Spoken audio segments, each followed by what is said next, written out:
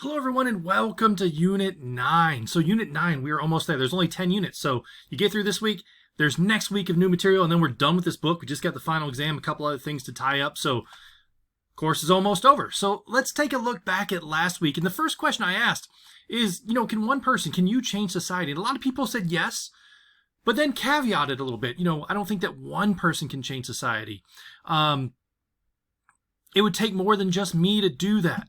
So here's the thing. There are plenty of examples of one person who changed society. And the example I'm going to use, the two people, well, one was named after the other one.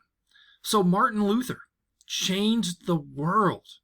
A religious figure in the 1400s. If you're a history major and know that, I'm sorry. Somewhere back in the olden days, Martin Luther changed society. One person. And then Martin Luther King changed society again, starting in the 1950s and 60s. So one person can make a huge difference. If you remember in the video with the Admiral, he talked about how one person could change someone else's life, who changed someone else's life, who changed someone else's life. And one person can have an impact on millions. It's absolutely true. So you can change society. It may seem like it's slow. Society's changing faster than ever. Society can change in a year now. So things can happen. So something to think about. Yes, you can do it. You can make a difference. You will make a difference if you want to. So let's take a look at your discussions because, honestly, there's no right answer here. There's just a number of different opinions on this. Giselle said the most important is competency and due professional care, making sure that you can do the job and you're doing the job right. Right? The obvious answer is like, if you're a surgeon and you know you're not competent, why are you cutting somebody open? If you know you can't do this. If you know you're intoxicated, why are you getting behind the wheel of a car? You're just endangering other people. So that's a huge ethical concern. All right, let's move on. I'm going to try to skip over some of the replies. Let's see here. Evan, confidentiality. All right, if you worked in healthcare, absolutely. Confidentiality, extremely important.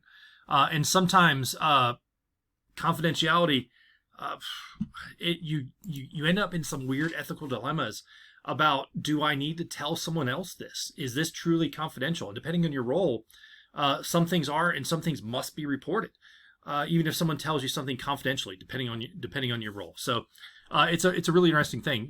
Lawyers get told stuff all the time that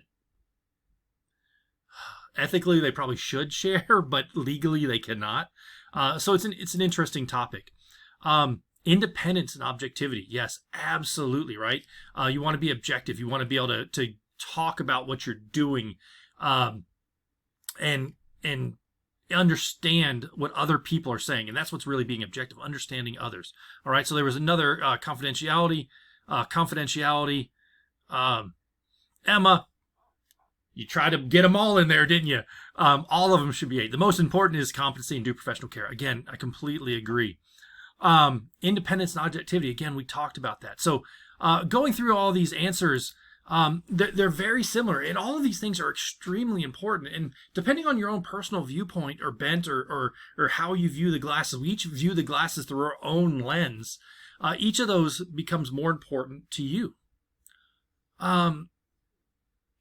Hold on just a second. I'm going to go back and look at, I forgot a couple of them, so I want to go back and look at them and tell you what I think is the most important. So it's an interesting topic. So we talked about these. Conflicts of interest. Making sure that you're free of conflicts of interest is hugely important because that can get you into both personal and legal trouble.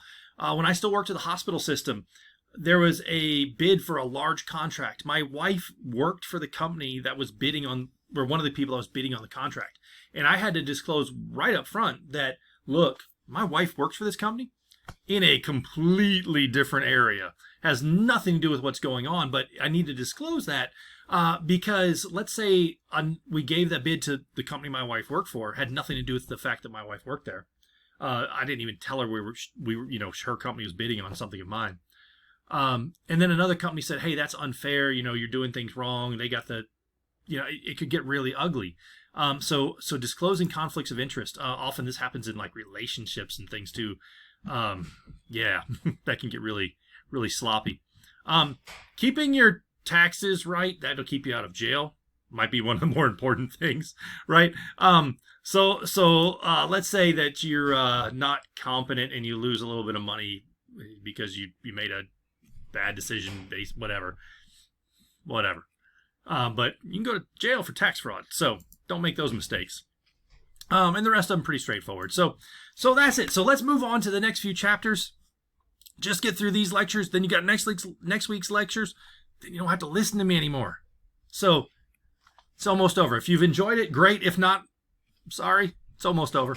I'll see you in the next lecture.